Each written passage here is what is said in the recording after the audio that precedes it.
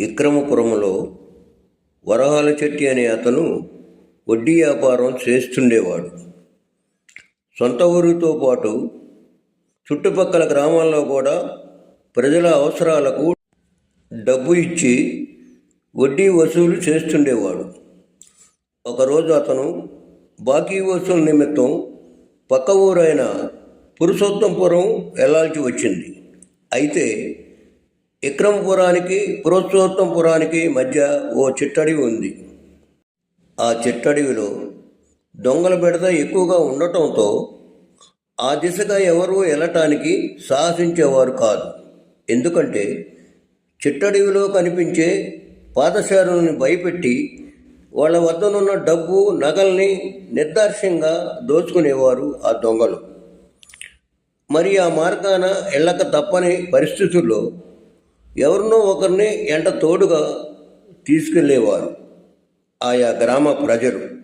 అందువలన తన స్నేహితుడైన సుదర్శన్ని తోడుగా తీసుకెళ్ళాడు వరహాల చెట్టి. పురుషోత్తపురంలో బాకీలు వసూలు చేసుకుని ఇద్దరూ విక్రమపురం వైపు ఇంటిదారి పట్టారు. వసూలైన డబ్బును చిన్న గుడ్డ సంచిలో ఉంచి దాన్ని జాగ్రత్తగా తన నడుము కట్టుకున్నాడు వరహాల చెట్టి. వాళ్ళిద్దరూ చిట్టడివికి చేరేసరికి మిట్ట మధ్యాహ్నం అయింది. ఇద్దరికీ కాస్త బడలిగా ఉండటంతో కాసేపు చెట్టు నీడన స్వేద తీర్చి మళ్ళీ నడక ప్రారంభించారు. కొంత దూరం వెళ్ళాక అనుకోకుండా చేతిలో కత్తితో ఓ దొంగ వారి దారికి అడ్డుపడ్డాడు. ఆ హఠాత్ పరిమాణానికి ఆ క్షణంలో వాళ్ళిద్దరికీ ఏం చేయాలో పాలుపోలేదు. మర్యాదగా మీ దగ్గరున్న డబ్బు వస్తువులు ఇలా ఇవ్వండి అంటూ వరహాల చెట్టి గొంతుపై కత్తి పెట్టాడు దొంగ. ఆ కత్తిని చూడగానే గతగత వణికిపోతూ ఇక వసూలైన డబ్బుపై ఆశ వదులుకోవాల్సిందే అని మనసులో అనుకున్నాడు వరహాల చెట్టి. ఆ సందర్భంలో సుదర్శనుడు మాత్రం భయపడితే లాభం లేదనుకొని తన బుద్ధికి పదును పెట్టాడు. వెంటనే ఉపాయం తట్టింది.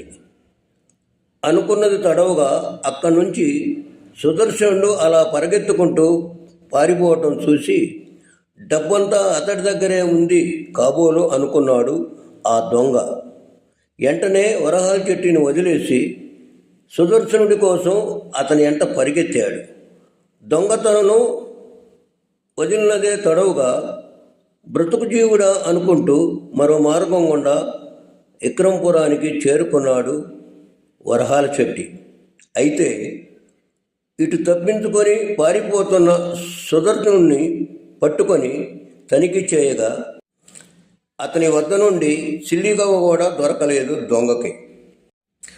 అతిగా ఆశపడ్డ దొంగకు అతని దగ్గర నుండి ఏమీ దొరకపోయేసరికి చాలా కోపం వచ్చింది.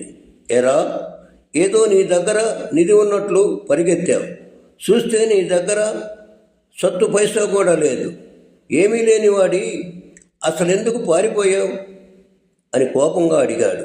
అయ్యా, నా కత్తి అంటే సత్యంత భయం. తమరి చేతిలో కత్తిని చూడగానే భయపడి ప్రాణభయంతో పారిపోయాను అన్నాడు సుదర్శనుడు భయపడుతూ. నాకు కావాల్సిన డబ్బు, ప్రాణం కాదు. చిల్లిగవ్వ కూడా లేని నీలాంటి వాడి ప్రాణం నాకు అవసరం లేదు. కాబట్టి నిన్ను వదిలిపెడుతున్నాను. కానీ నువ్వు వట్టి అమాయకుల్లా ఉన్నావు, ఇంకెప్పుడు నాకు కనిపించకు అంటూ సుదర్శనుని తలపై ఒక మట్టికాయ వేసి ఆ దొంగ వెళ్ళిపోయాడు. తన బుద్ధి బలంతో దొంగ బారి నుండి తప్పించుకున్న సుదర్శనుడు గండం గడిచినందుకు గుండెల నిండా ఊపిరి పీల్చుకొని విక్రమపురానికి చేరుకున్నాడు. స్నేహితుడిని చూడగానే ప్రాణం లేచి వచ్చింది వరహాల చెట్టికి. సమస్ఫూర్తిగా వ్యవహరించి ధనంతో పాటు ప్రాణాన్ని కూడా రెంటిని కాపాడిన స్నేహితుడిని ఆప్యాయంగా కౌగలించుకున్నాడు. అపాయాన్ని ఉపాయంతో నగదు ప్రాణాన్ని కాపాడిన స్నేహితుడు సుదర్శనికి నగదులో సగం డబ్బు ఇచ్చాడు వరహాల చెట్టి.